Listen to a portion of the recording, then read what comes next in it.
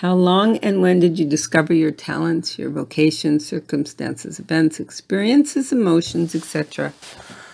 Oh, I knew I was an artist starting at age 4, much to my family's upset. I drew as much as I could and painted. I announced I was an artist and decided that that was going to be my life. I was always the class artist from the time I can remember. I was the person that people went to do special projects, to have ideas, to create new things. I later met somebody who was actually dating my girlfriend in high school, and she and him did a lot of things together, and he was an artist, a ceramic artist, and he showed me how to use the wheel, and I fell in love immediately. He went off to Kansas City Art Institute for college, and a couple of years later, I went off to the same school, primarily because it was the only school I knew of at the time. I was only 17. So I went to college at Kansas City Art Institute. They had a fantastic ceramics department. This was in 1970. And we had a program called Foundations, which basically taught you how to unlearn everything you had learned about art in high school. It was a fantastic program, originally started in England, and it was basically designed a re-education program for artists, where we did all kinds of projects that were, of course, our own individual interpretation. Year 2, we went into the department of our choosing, and I had ceramics as a major and drawing as a minor, and committed myself wholeheartedly to ceramics. I just fell in love, and it just became my extreme passion to do it and master the skills. My teachers, unfortunately, were not very supportive of any of the women in doing ceramics, doing clay. And I was lucky because my teachers liked me a lot. I worked really hard, but I can't say they did anything to help promote any of the women students at all. I later then moved on to graduate school at University of Oregon in Eugene, Oregon. And that program was very open-ended, which allowed me to make a lot of terrible work because there really weren't anyone to guide us. There were no professors. There were some good professors, but they didn't spend any energy guiding us at all. So I created a discipline for myself and graduated with a master's. I then went on to a residency at the Archie Bray Foundation in Helena, Montana.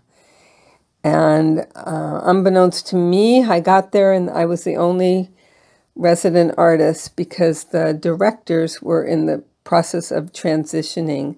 But to my happiness, it was my old friend, Kurt Weiser, and his wife, Christy, who I had lived with in Kansas City, and they were now the new directors of the Bray. However, being alone in Helena, Montana, at 24, there wasn't a lot of options for dialogue or work with other artists or much of anything. It was a very, very small town. So I decided to move to San Francisco, where my parents lived. And I eventually found a studio over in the East Bay with a friend who became my friend Leon, who was managing the studio for Peter Volkus. It was called the Macaroni Factory. It was in really the heart of the ghetto in the East Bay, Oakland.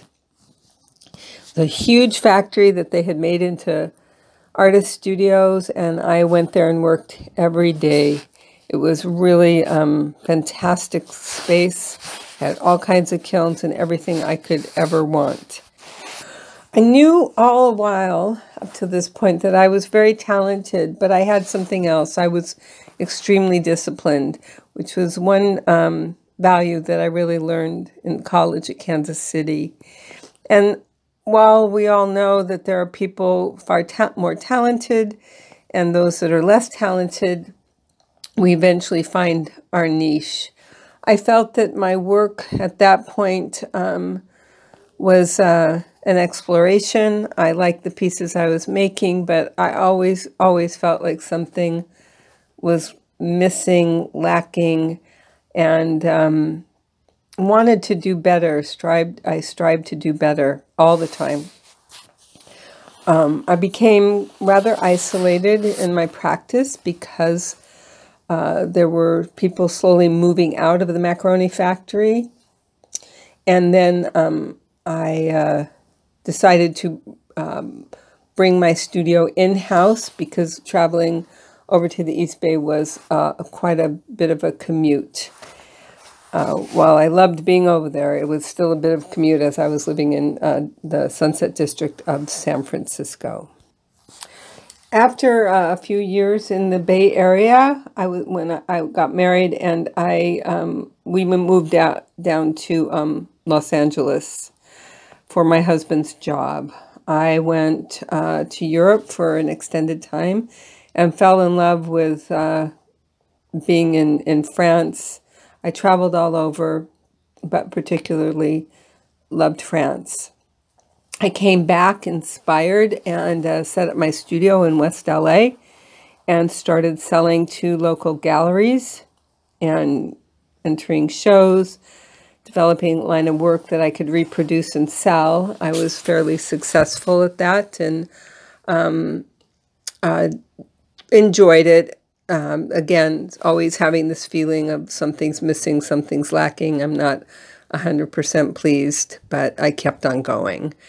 Later, I got a divorce and moved to the state of Washington, opened up another studio up there, and started a line of work that I really enjoyed doing, and started doing what they called the wholesale market for crafts. At that time, in the early 90s, there were many, many galleries that sold crafts or art, however you want to define it. My work, while being functional, is still highly decorative. I consider it art, but it was more functionally oriented, and I enjoyed making it and sold it quite widely across the country of the United States, doing craft markets in, Boston, Philadelphia, Miami, and San Francisco. After 5 years doing the markets, it was a very difficult, challenging way to make a living. I decided that I was going to switch my efforts and energy to teaching when I got my first university teaching job. All the while I had been teaching. I taught in San Francisco, I taught in the Seattle area, but I got my first university job and I was in love because I could really make sure that people learned what they needed to learn. In a community setting, people come to the arts for many different reasons other than learning. In the university, I had the chance to enforce learning, which was a tremendous pleasure.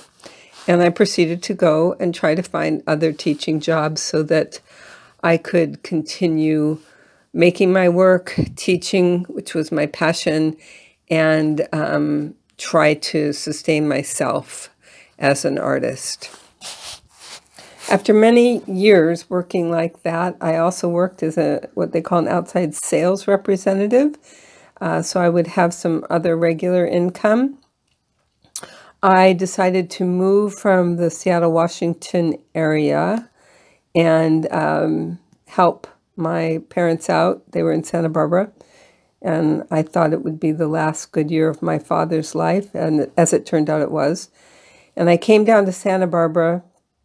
And within 8 months, I got the position of executive director at the Carbondale Clay Center in Carbondale, Colorado. So I went there, and I was there for 5 years, building up the Clay Center, building up the community, building their income through programming, and creating what I hope to be a center of vitality that the community saw as a value and to support, and as a program for young artists to come and use the studio for extended periods of time to create their work. However, due to an economic downturn, the Clay Center, which was based on donations, was losing funding because people were losing money. And unbeknownst to me at this time, there were 2 board members who decided that they wanted my position, and they fired me, and I was told to leave in a day, which was a shock and upsetting. And I found out almost 3 years later that these 2 women were embezzling money from the Clay Center. So I left, and after doing a fantastic job, and I was able to sell my house there in Carbondale. It was a small community, so there weren't very many other jobs available, especially during that time. Moved out to Santa Barbara, back to Santa Barbara where my parents were. By this time, my father had passed away. But I came into the area and immediately got a teaching job, and was teaching ceramics and drawing. And I was working, but I didn't have a studio. And after 3 years, I decided I really needed my own studio. Decided to take the funds that I had from the sale of my house, buy another house, but this time on the other side of the Rocky Mountains, outside of Denver. And I bought a house and opened my studio there. And I will say, as an artist, the work that I created there in Loveland between 2013 and 2017 is the work I am the most proud of and that I love. I feel like I finally got the elements of my work together in a cohesive statement, and I loved the beauty that I felt I created. Now, nobody else has to agree with me, but I think they're beautiful, and I was super proud of that work. And I would say that that work is my greatest pride. However, living in life in Loveland was a pretty isolated life. I worked all the time. I taught all over the area. I taught at a business college, which I actually loved because these people had absolutely no interest in art, and I had to teach them art appreciation. And they actually ended up walking on my class appreciating art, which was a really great success for me. Giving people an insight to how to look at art or how to think about life or how to reflect on things in a different way, I feel is the job of an artist and certainly the job of a teacher, asking people to question and not just kind of go through life without thinking, be observant. That's important. So as a teacher and as an artist, I feel that that is one of my goals. And continuing on, after the almost 5 years in Loveland, I went to France, did a residency, fell in love with the area, felt like home, decided to get a 1-year visa and go back and see if I like living there. So I completed all of my teaching assignments, got the visa, went back, rented out my home, and returned to France. And within 3 months of being in France, I decided to open my own studio and program for open-ended residencies. Well, not so open-ended because you can stay in France or any of the Schengen countries for up to 3 months without a visa. But I wanted to open an open-ended program for artists who were seeking something along the lines that I was, which was a place to go and work and have a base, but have the experience of living in another country, have the influences of another country, another culture on the work. And I did open the studio, and it was just taking off to be really a tremendous success when the pandemic hit. And within a short amount of time, I knew, because I was also a dancer, I am a dancer, that it was going to be a few years in recovering, and I would be losing money for those years, so I decided to close it. I cried for 4 months. It was really heartbreaking for me because I had sold my house to support and create the studio. Everything fell into place perfectly to make this happen without any effort. People were incredibly supportive, so it was a tremendously heartbreaking experience to have to close it. But I do hope and plan to reopen one day. During my initial time in France, as far as my artwork, I discovered this large lotus pond full of lotus pods, and those continued to be my source of inspiration for my decorations for almost 3-4 years. And now here it is, almost March of 2021, and I'm ready to take on some new ideas in my artwork when I have a studio available to me again.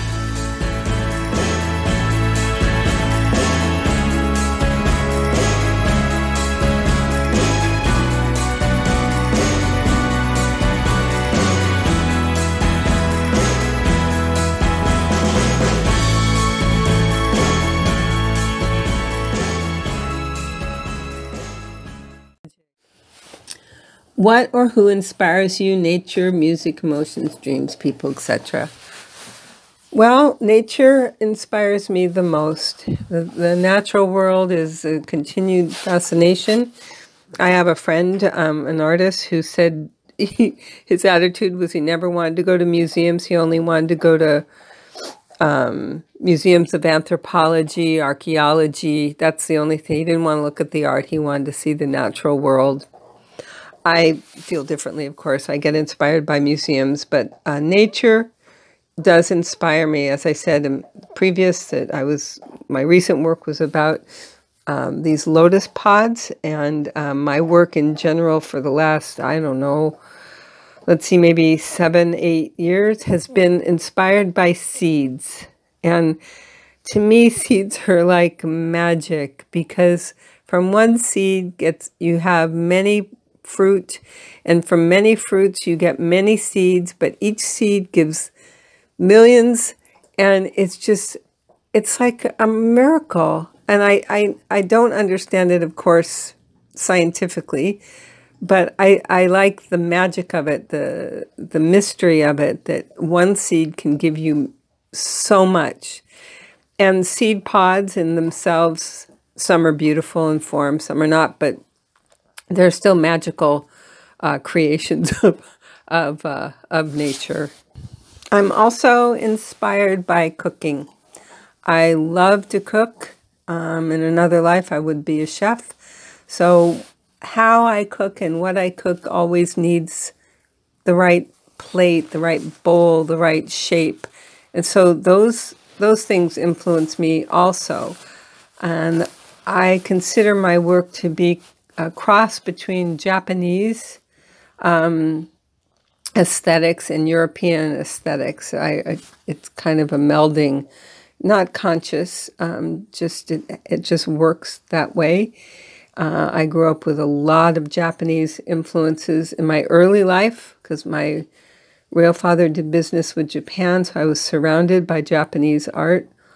And then later on in college, I was surrounded by Japanese ceramics. And I did go to Japan and find the same influences there. It was just incredible work. And at the same time, I love European culture. So it is a melding between all of that and then really what I need or what somebody else might need for their serving pieces. And I enjoy the kind of free flow expression of decoration. How important do you think your art or craft is in a fast-paced, high-tech society? It's not important at all. Not important at all to people who live in this high-tech society. I don't think people give a damn about art or craft or handmade objects. But to me, Handmade objects are the magic of the world. They are necessary to hold us to history, to continue our humanity and our connections to one another. When you have an object made by hand, you're holding something of another person that has put their heart and soul into that object. I think nothing could be more vital or exciting or passionate in its feeling and the emotions that it creates when you have the opportunity to use a handmade object. So it is my goal and desire and passion to continually promote not only the handmade object, but art in general, artists primarily, in connecting with one another, because as we tend to, what I would say, be more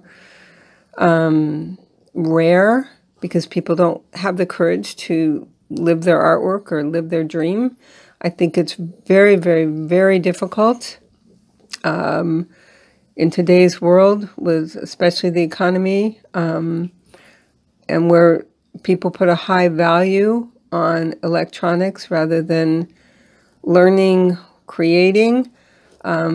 I feel that having the support of one another is even more essential, more vital in order for continued being. So again, I don't think it's at all important, and yet I think it's essential for a healthy society and culture to promote the arts, have the crafts, and support it in any and all ways possible. Do you go through a special creative phase right now? Do you work on specific projects? Like I said, I work in 2 to 3 year cycles, given whatever is inspiring me at that particular time. Sometimes the inspiration actually also comes from the materials and how I use them. The plates that I was the most proud of my work, I just did a series of plates that were a great canvas for the patterns and my use of color and design, all with floral and nature-inspired plant decorations. Let's see here. I am continually creating, no matter what I'm doing. I'm continually creating. Sometimes, like right today, since I've been back in the U.S. for 2 weeks, almost 3, I don't have a studio, so I'm drawing. And I haven't had a studio since September, so I've continued to draw. But I'm always doing something creative. And even if I'm not feeling so inspired, I make sure that I work in some capacity, because that's how sometimes you get to inspiration. It comes to you while you're working. Even if what you're working on is not the most wonderful thing in the world, it can lead you to another direction. So I think it's really important to continue working no matter what is going on in your life. And however you can do it, just continue. Sometimes it can be hard to go into a studio when you're not feeling like making things. But the beauty of ceramics, you can always do something. You can clean shelves, you can clean up, you can paint, you can wax, you can glaze. There's always something you can do in clay to keep you in that studio space. I forgot to add in the creative process that I do love working on special projects. So given a special project by somebody or an exhibition, another artist, that's really fun for me. Or even a special order that somebody wants made for them. I actually really enjoy that. I don't do it all the time, so that's probably why I really enjoy it. Question, do you teach and offer classes? Yes, I do. I do mentorships.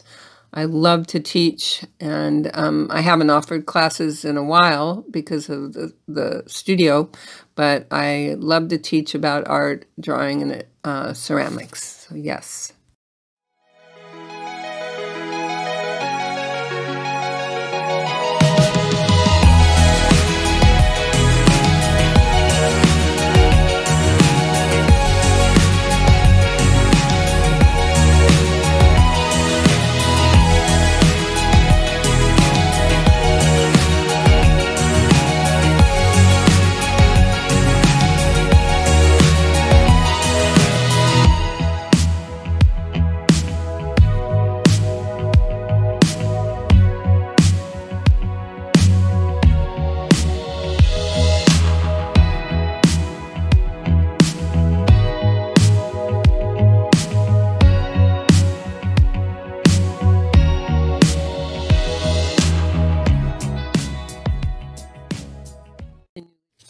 How do the surrounding events influence your work, your choice of topic, patterns, colors, materials? Well, I think I answered this already with the use of the lotus as my inspiration, or other plants. Like I'm doing a series of drawings of giant aloe vera plants and some seed pods. Mostly the giant aloes are inspirational to me, and the lotus plants. So what I do is I take that inspiration and I just work it till it holds no more appeal and I'm ready to move on. And that process is usually a 2 to 3 year cycle of work. And then I drop it and I begin something brand new. So I am deeply influenced by my surroundings. That my use of color is really based on my understanding of the materials that I'm working with. So I really enjoyed using the Mako Stroke and Coats. And after using the Duncan products, I don't like the colors nearly as well. So I finally invested in bringing them over from England into France, the Mako Stroke and Coats. And I take all underglazes. Gets technical, but I take all underglazes that are designed to go very low temperature and I take them to a high temperature, which changes the color. And I usually really like what happens. It mutes the color. It softens the color. And I always work in uneven numbers. That's just one little tiny rule I have because I really love asymmetry. I really dislike symmetry. And I really love asymmetry. And so I also use the same idea in terms of I'll use 5 colors, not 4. I'll use 7 colors, not 6. I think that answers that question. Okay. This is a great question. Does your art craft have a specific message? You let the public find their own meaning in your work.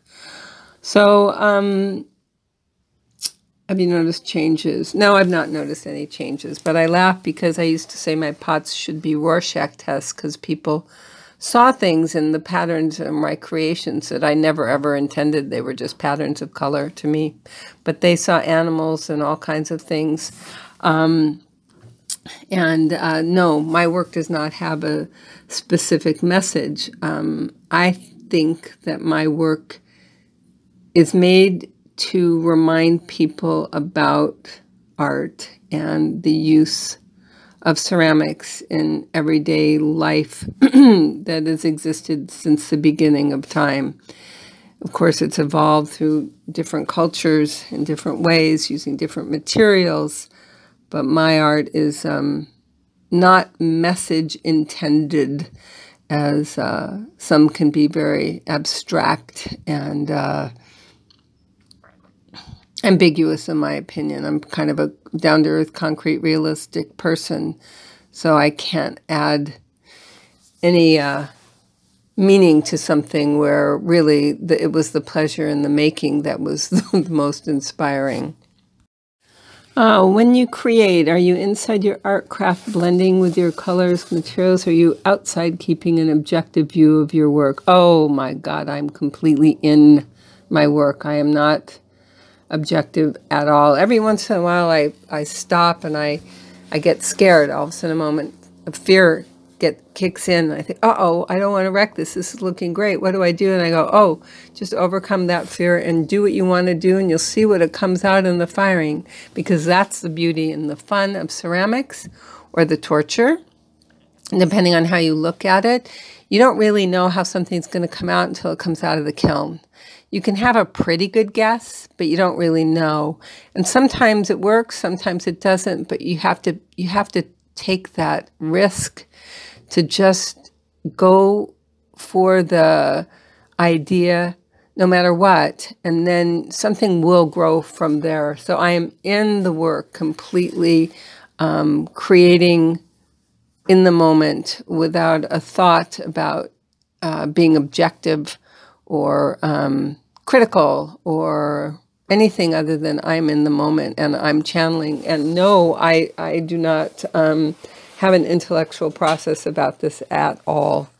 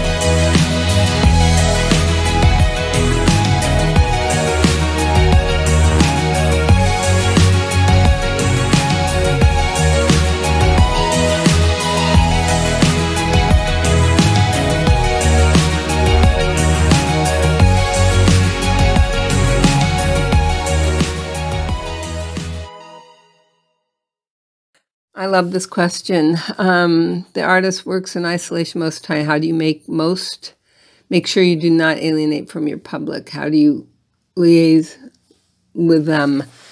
I I love this question because I think this is a real personal balance. I have managed to balance my life through dancing, doing social dancing, which is really super common here in the United States, of course, pre-pandemic. And I do many kinds of dance, all partner as well as solo. But for the last many years, I've been doing a swing dance. And this gets me out of my studio, out of my isolation, gets me with other people and socialize and to make friends and not feel quite so isolated. There was times in my life where I certainly never minded being isolated, but sometimes were difficult depending on what moves I've made in my life. I was more connected to the public in terms of my work when I was doing the wholesale craft shows between 90 and 95. That was not such a pleasure for me because a lot of people didn't understand my work, or they would come by and say beautiful, but they wouldn't buy it. So I really would prefer to do anything than sell my own work. I'd rather give it to a gallery. I'd rather have them take commission rather than try to sell my own work. Another way for me to not be as isolated was being an outside sales rep, and because I got to go to different stores and work with buyers. And another way was through teaching because, of course, I had students that I got to teach and interact with, and other teachers, depending on the college or community center I was teaching at. So that also kept me from being too isolated. But I am a classic introvert. I need my alone time to work through my thoughts, work through my ideas, and process information. So it is a balance that I have to pay attention to when I'm around too many people for too long. I always say I have about an hour and a half superficial tolerance limit where I can be social for like an hour and a half and then I'm done. I don't want to do it anymore. And I much prefer one-on-one with close personal friends. The wrap up. Let's see. I think that I would like to close this by saying, if you're an artist thinking you're in that kind of weird doldrum thing, I would say keep working, keep doing, no matter what. Maybe do something different, try another art form. When dancing, I learned that it was important to take other dance forms and to improve the dance that I wanted to improve most. Take a risk. No matter what you do, take a risk in your work. There is no real failure. They're just things that work better than others. And you can always throw it out. So take that risk and keep making the effort. Keep trying. If you're at a loss for ideas, copy. And then you'll move on from there. I promise you'll move on from there. Another thing is follow what you love. Who was it? I'm blanking on his name. Said follow your bliss, but follow what you love. If you love to carve clay, carve clay. If you love to paint on canvas, paint on canvas. Do what you love, no matter what the rest of the world says, no matter what your best friend says. If people don't think you should be doing that, ignore them. Do what you love the most, because that's what makes you happy. And happiness is fleeting and for the moment, but overall, the life is more fulfilling, and that's really the goal. I don't think I have any more thoughts than that, but if I do, I'll record them and send them on. In the meantime, I'm going to close this out and send this on to you, and thank you so much for your time for listening. All right.